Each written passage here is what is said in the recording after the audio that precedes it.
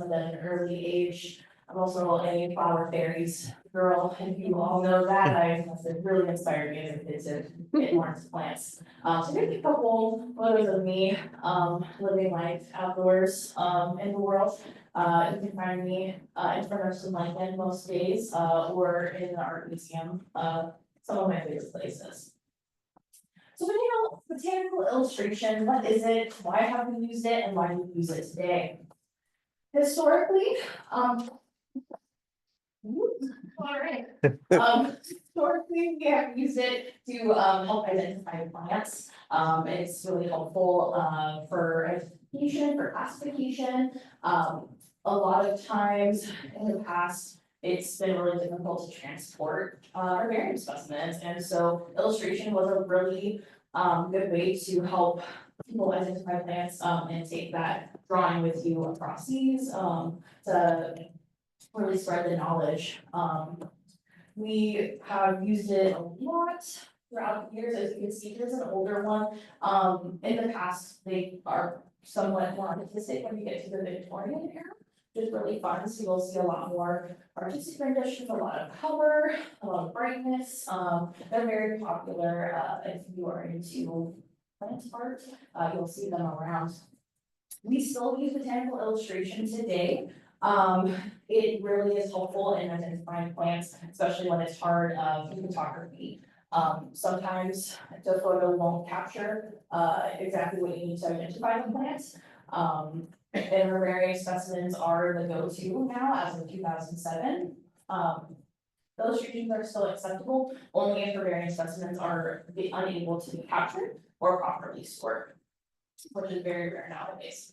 But there's things like this, particularly you can see some marked lines here. This is kind of indicating that the flowers are overlapping, which a photo you might not really see very well. So that's kind of an example of why we would use that today. Here's a herbarium specimen, which helps capture plants and be able to sort of for the future, especially when plants go extinct, things like that. Herbarium specimens are very important. So botanical illustrations throughout history have been used for plant identification, like we talked about. The earliest ones come from the 15th century. There's definitely been some earlier than that, but the first recorded one that's still around today is from the 15th century, and it is a pharmaceutical book. It identifies plants for medicine and food as well. Historians now say that it's not very accurate, so good luck to whoever was using that back in the day. So we definitely have those around. It also, botanical illustration spans different countries throughout the world. We have a lot from Europe. That was a very popular place, and a lot of them are really well kept, as well as China and Asia. They also have a lot that date back to the 15th century. So there's really cool illustrations that you can find online that are well kept. And throughout the centuries, Victorian era, there's been a lot, and especially when you get to the printing press, engravings become really popular. These things can be mass produced, and that's where we get a lot of the ones that we see today because they were mass produced. So you'll be able to see the ones like in the middle, and on the right hand side here, are some that have survived throughout the ages just because of their popularity. We do get a lot more, instead of more scientific renditions, which is really what has and was used for quite a long time and is used today. It's more artistic ventures. It's a little bit more into composition and the beauty of the art, and it kind of leans more into the artistry as time goes on. Here we go. Okay, so historically we have botanical illustrations from all over the world. You can find it really easy, but we don't have quite a number, but not as many here local in California. So I'm going to share some of my favorite historical botanical artists that are local to Southern California. One of my favorite is Margaret Warner Buck. She was born in 1857 in Ohio and came out to California. Oh, I'm sorry, Buck was not born in Ohio. I apologize, that's someone else very special coming up later. I'll share her name soon. book with Mary Elizabeth Parsons, hiking around California, which is a super awesome job, and got to draw along with Elizabeth, who wrote the Wildflowers of California, their names, haunts, and habits. So she was able to move around California and create these beautiful illustrations to go along with the book. Very similarly, how we have books today that we look at to help identify plants out in the wild, kind of like the wildflowers of Orange County and the San Diego Mountains. Because they didn't have photos, this was the next best thing. So this is a really fabulous book. You can actually find it online for free on Google, and you are able to read the book and also go through all the illustrations. Fun fact is in 1906, the engravings in San Francisco and were lost in the fire after the earthquake.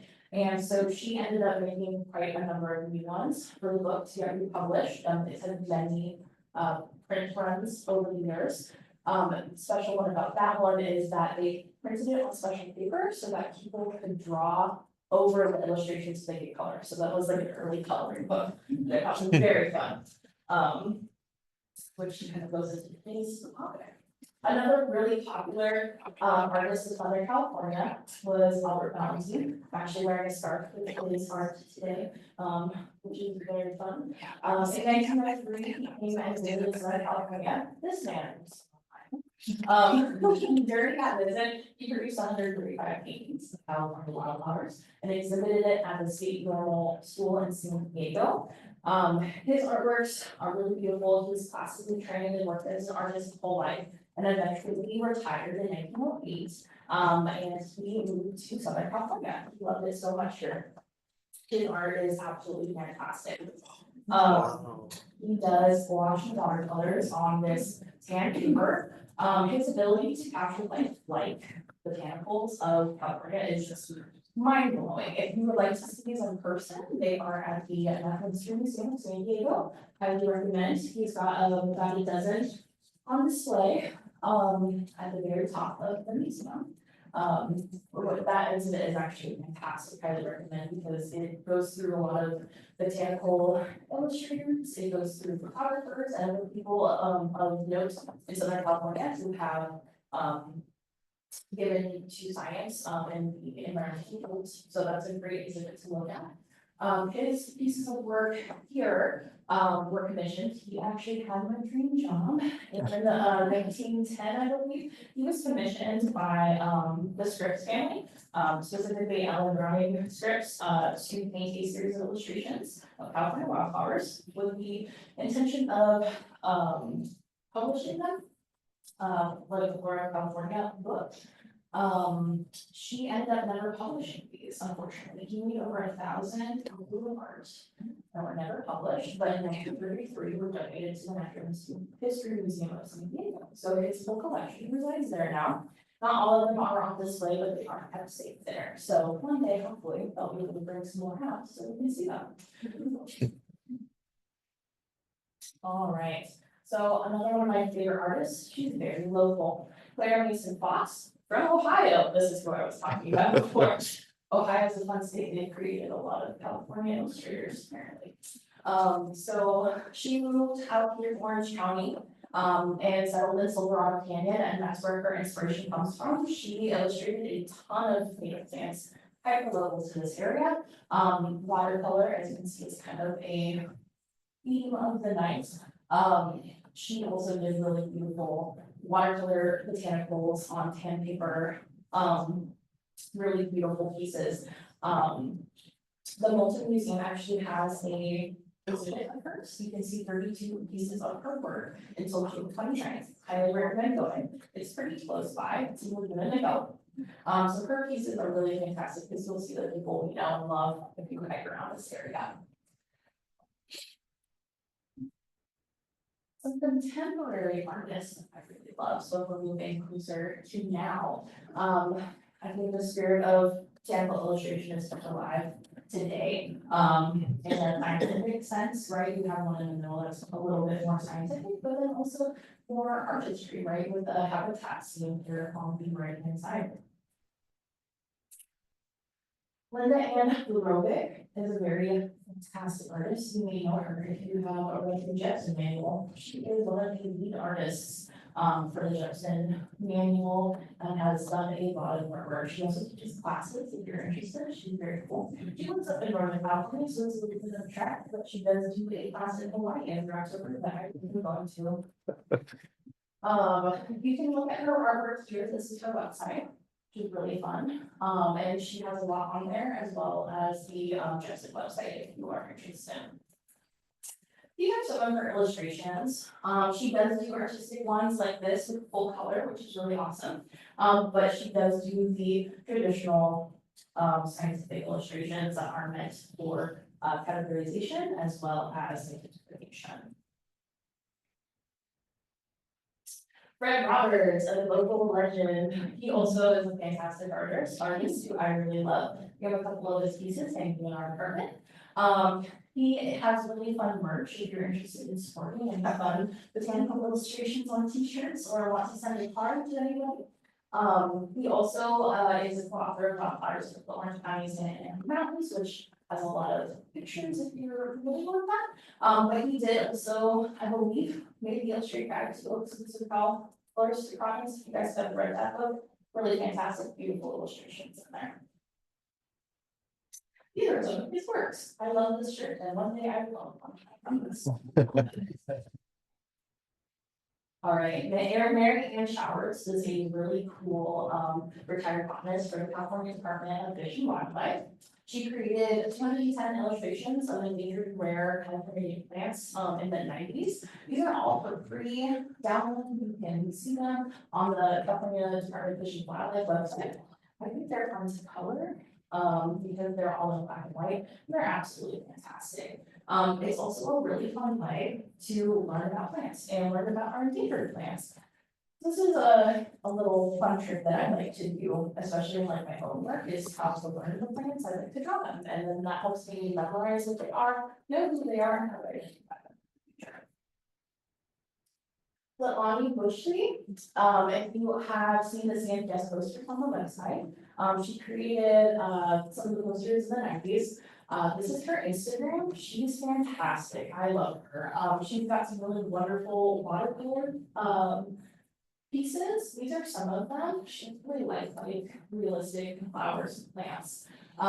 So this is a really fun woman to follow on there. I recommend. She's not the only one though that created the posters. There's a couple other people who have done the posters as well, and those people are Rosemary Bauman and Gonford Sejo.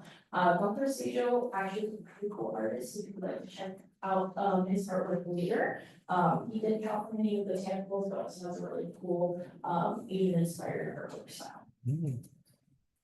Maria Schupler, how do I pronounce her name correctly? I really love her artwork. I have a lot of her stickers, and I have a lot of her cards. I think she does a really wonderful job of capturing color. Not as much as botanical scientific illustration, but definitely a really great, colorful, fun, and exciting way to share a little bit of plants. Emyle Rose Fryer, very fun artist. I actually have this sticker on my water bottle. She is on Etsy. This is her Instagram. I would recommend following her. She just printed manual for plant identification and classification, where she illustrated scientific illustrations. They're beautiful. I would recommend. It's a great way to learn plants and learn more about botany. So this is a fantastic artist that I would highly recommend following. She's pretty active on Instagram as well. Tina Curiel, if you are familiar with Painting Brush Studios, is one of my favorite artists. She's also a watercolor and wash artist. She does really fantastic, realistic paintings of both animals and plants. These are a couple of her plant illustrations. She also does communities, and she does these really cool felt florals, which are really a fantastic way, I think, to communicate native plants and to a new art form that I never thought about. I have one of her humble lilies. It's fantastic. It looks real, but it's completely made out of felt. So I highly recommend checking out her website and Instagram to look at those. And Margaret Gallagher, she's one of my favorite artists because she includes it in communities. She also a watercolor artist is a little bit more graphic in her renditions, but I think she does a really good job, especially. Later point. Oh, awesome. We've got some little beetles here on this ladder pod. We've got the butterfly that's going to visit as well as a hummingbird. So we have the whole family coming together around dinner table, you could say. So I really love this is a wonderful way to learn who likes who's going to be hanging out with who. And just kind of a beautiful piece of artwork that you can have on your wall. I also have one of her pieces on the wall. So how did you get started? Because I know all of you guys want to start drawing and illustrating all the time. Really the key to it is just getting outside and starting. Nature journaling is one of the best ways to start getting into art, putting your fingers into it. You know, everyone has a little bit of artistry in them and just want that to grow. So definitely start getting out there and doing that. Classes are a great way to get started and learn the basics so that you can really be able to communicate these plant structures, the shapes, the lighting, if you're interested in coloring. I personally hate coloring, which is so funny. I made a coloring book. I'd rather draw it than color it. So, but you know, that really helps. I'm still taking classes about coloring to get better at it. It's one of the things I'm working on. Another great resource is the American Society of Botanical Artists. We have a local chapter, maybe in Pasadena quarterly. Botanical Artists Guild of Southern California is their name. They're pretty cool. We have some fun resources, really good books, classes. They get together. They also do little shows. They don't necessarily focus though on native plants, which is kind of a bummer. They do some native plant stuff, but they're mostly just general botanics. So hit or miss with that if you're just interested in native plants. The Botanical Art Artist website. If anyone wants this PowerPoint after, let me know because these are all links to the websites. That is a great place to find online classes so that you can just do it from the comfort of your home, to find in-person classes, books, different websites, all of that. That's a great hub for information. And then again, the San Diego National History Museum is another great place to get inspired and to start that journey. References, because I personally love working off of a reference. I don't do a lot of live still lifes, nothing like that. I usually take photos, and then go home and then we'll drop those photos. It's a little bit more comfortable for me. So I really like using a naturalist. If I am not going to fly out to Northern California to take a plant rare in the mountains, I'm just not going to get there this weekend. So I will use a naturalist, which is really fun. I do tend to try to make sure that if I'm using someone's photos and they're not Creative Commons, that I write their name and make sure that they're referenced. I do reference Mel's photos a lot in my sketchbook. I use a lot of theirs. I also use Calscape, which is a really fun one, especially if you're trying to find plants that you want to draw. I like drawing locally. And so I like to put in my address and find plants that are local, maybe find them, but then also be able to draw them from there. We already talked about the Botanical Art Society and the other website. Feet of Pain is a great place to get inspiration, not only going there and visiting gardens, but they also have yearly artist residents that you can go and see different shows. Those are really beautiful. We also do different artists for their garden tour every year, and usually that's the person that is going to be the artist that is on show. The California Botanic Garden has a wonderful collection of books.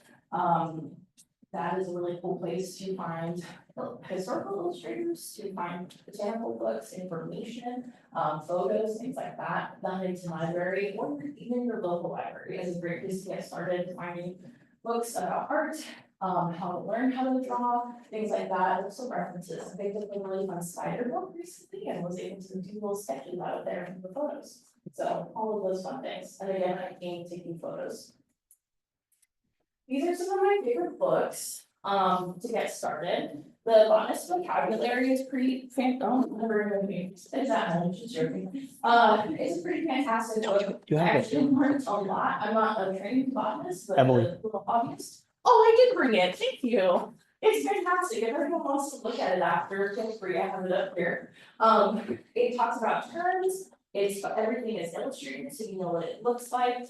And it's a really fun way if you're like starting to learn about botany and what the pieces of the plant are, what the parts are. It'll explain everything, which is really fantastic. So that's a really fun book to get into. Botanical Art Techniques is a really cool book.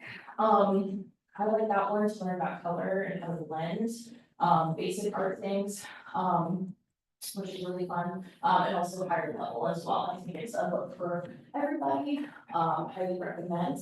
And then Botanical Illustration from Life is a really cool one because it not only talks about like the ways to draw shape and finding the color and the lights and the different things and doing still lifes.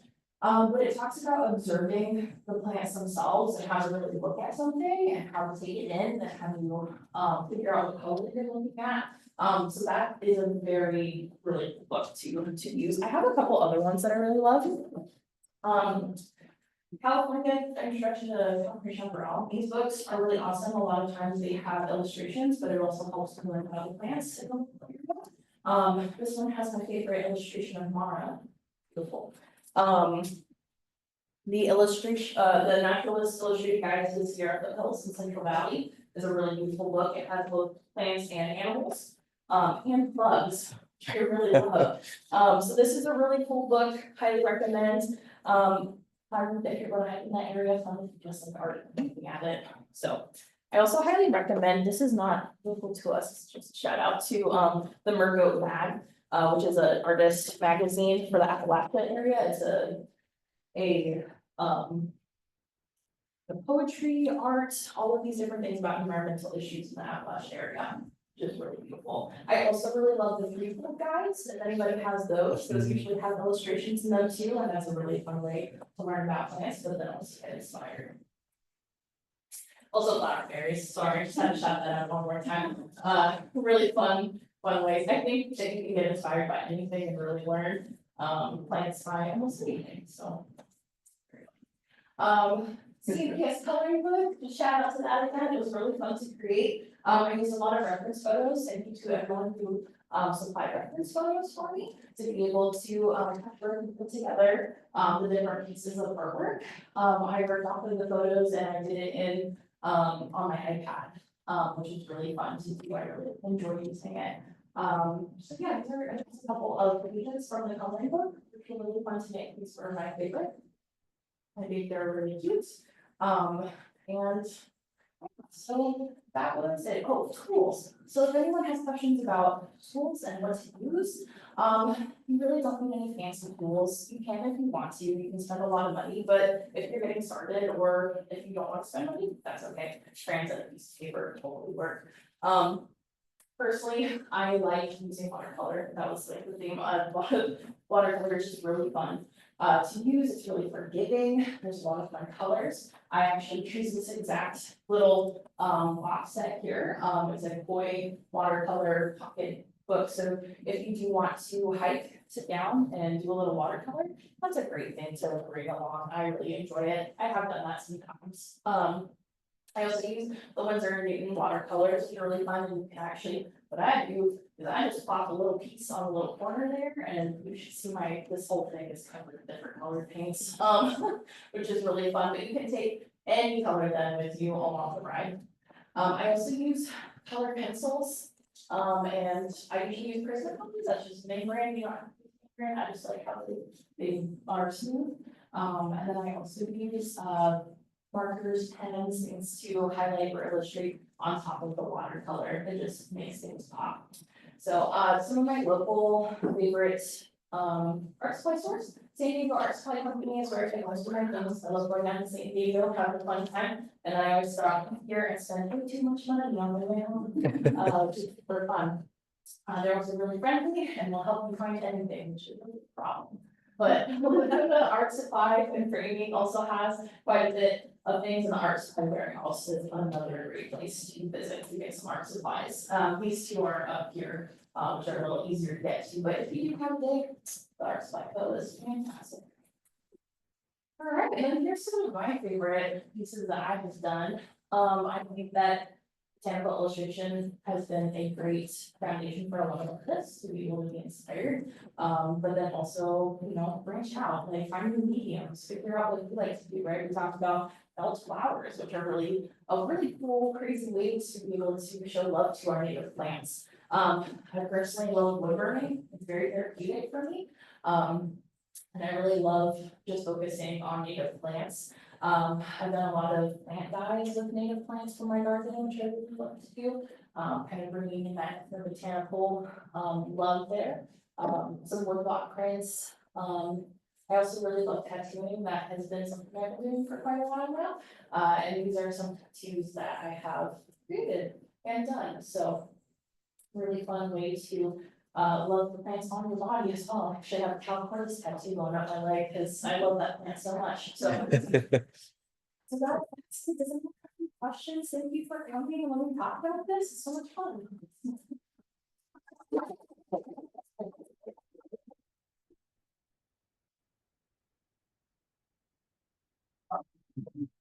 We are advanced, John Muir laws. Have you know that? Oh, I did not know. Oh, and that was another thing I was gonna say. There's so many illustrations. I wasn't able to fit all of them in, and I also don't know a lot of them. So yes, I would love to learn more. And is John Muir the illustrator? John Muir law. John Muir Laws. Oh, okay. Yes. Okay, perfect. I'm gonna write that down. You talk so much slower than you. Oh, sorry. I'm like a little hummingbird. I had caffeine, if you haven't noticed, so. Perfect. Thank you. I'm just gonna write that down for later. Awesome. Is there a particular book that you recommend?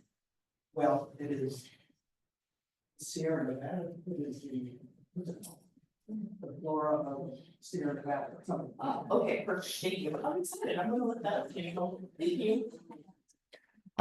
For your coloring book, did you sketch everything yourself? Yes. I sketched everything and then illustrated on top. How long does it take to do a typical sketch? The sketches, depends. We're going to be specific, the coyote page took 2 days, so that was the longest one, which has not as much detail as you would think.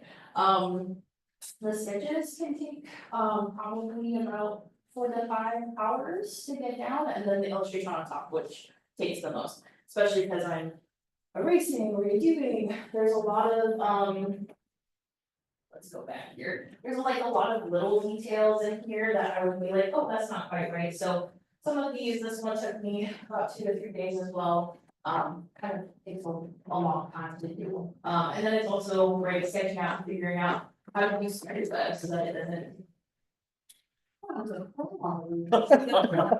It's a little bigger than a crow, I think.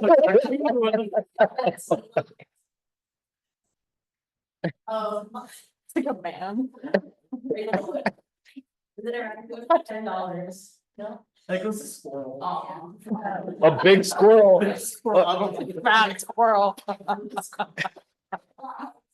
Make us do that, look, I started with, when you change your little frame and things or possibly other things, so. Now, I hope that answered the question, sorry, I went a little bit more. And just a comment, my brother does weird art of, I forget the cartoon characters that are, he does that. He found a kind of a coloring pencil that we just wet it and it's actually a watercolor pencil. I Oh. love those, yes, I have I've these. never heard of that before. They're very fun, I find that a really great way if you're in the field too, you don't wanna bring your little color watercolors. To be able to sketch something and to later just add a little softness to it. Because it's a little more convenient actually than the actual watercolors. It is, yeah, especially because then you have to bring a little jar of water in your pocket, and you can spill, don't use your water bottle like that. Paints are very bad for our health, just want to point that out, don't ever drink your paint water. Just saying. Sometimes it can get a little confusing when you got your coffee, instead of your paint water, so. I have a question. Yes. I am a sucker for like colored scientific botanical illustrations, but only of native plants. And I feel like I have the hardest time finding them. So Yeah. one, is there anywhere you would recommend me looking? And then two, do you know by any chance if the San Diego Natural History Museum will ever sell prints? It's a great question. They have in the past. I don't know if they are going to. We should all petition them. Yeah. And force their hand. So that Yes. takes time. You're like, do you want money? They should digitize all of They- those. Yeah. Because, or not the originals, of course, but. Yeah. That's a great question. That's kind of why I put these artists on here because Mhm. a lot of them aren't available for purchase. A lot of botanical illustrations are really hard to find in good quality to be able to even print, right, if they're not selling them. Historically, like, Valentines and things like that, so. Unfortunately, I don't have the perfect answer because it's just really hard to find.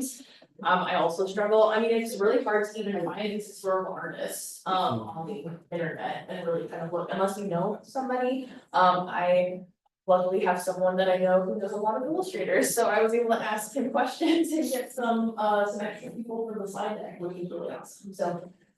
I hope, sorry. I'm just gonna email them until they sell them. Yes, yeah, yeah, we can all sign the things and then put it to them, so. Questions? One more thing, is there any kind of publication from the Lewis and Clark exhibition? That's a great question. I don't know the answer to that one. I could probably do some research for you if you like my email. But I do not know. I'll just look up. Okay, sounds good. Oh, yes. You said, drawing and illustrating. Yes, What is the difference? that's a great question.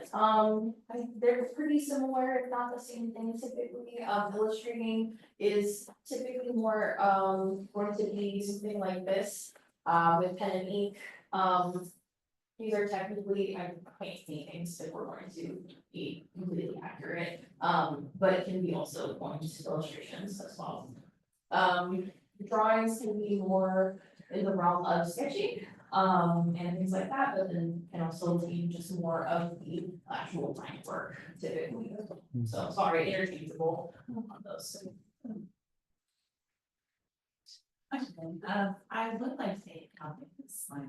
Of course. No, you didn't. If you would like to come to me afterwards, you can give me your email or you can give me my email and you can request it and I will send you the Google link.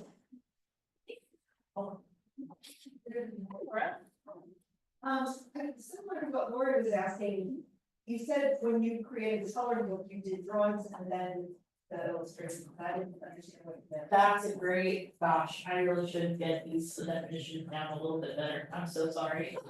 I guess in my It seems obvious. yeah, no, probably not. I didn't go to art school proper, so I'm not in the wind. I haven't been able to do it. I definitely took a lot of school for this. Drawings and sketching, I would say, are a little bit more similar, so I would consider the sketches more like drawings. And then the illustrations are like the finished completed pieces with the ink on top, that kind of thing, if that helps differentiate them a little bit more. Did you do them both on the iPad or? Yes and no, I did some on the iPad and then I did some on paper and then I scanned them and then I illustrated or drew over them, yeah. I still like paper and pencil, I can't get away from it, I just love it too much, we'll never quit. Can't quit that, so, So it's kind of like having more of a rough draft at that. yes, yeah. That's what I want to say. Which maybe other people consider that different, but I think that's kind of how I interpret that.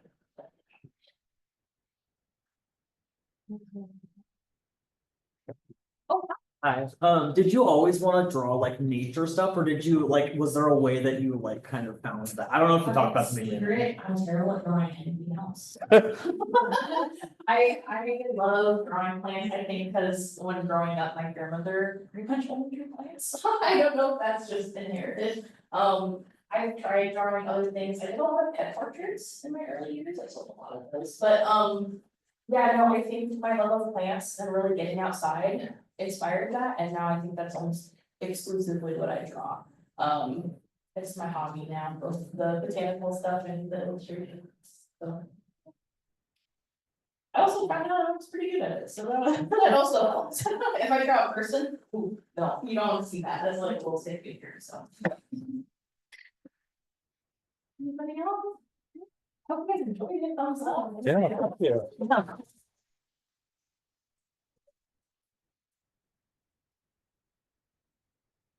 Yeah, and Emily does have some other pieces, their wood burning pieces, they didn't talk too much about wood burning, but they're very good at it, they also do like the rough sketches on there and then burn it, some are like unfinished, I think they're great, I'm with my roommate, so we have a lot of good pieces that we have home, but I also, sorry, now that we've talked about that, I forgot, I also, the little bandanas underneath are dyed with buckwheat flowers from my garden, so you can see like the rest of the colors. And I usually do, like I carve, printing blocks or like stamps, and I usually stamp all of those, so I've done quite a few of those. One of the stamps is a chocolate lily, that was really fun. And then I also love boards, I had a hookup and I got a ton of dried boards, and I've been wood burning on them. Who's your good guy? Like, neck glove or. I know a guy who's got boards. Yes, so thank you, my goodness, that was my word hookup. But yeah, I have a really fun Matilla Hop piece back there that I've been working on the last couple weeks, so please check that out too. So thank you for watching, sorry to take my. Thank you.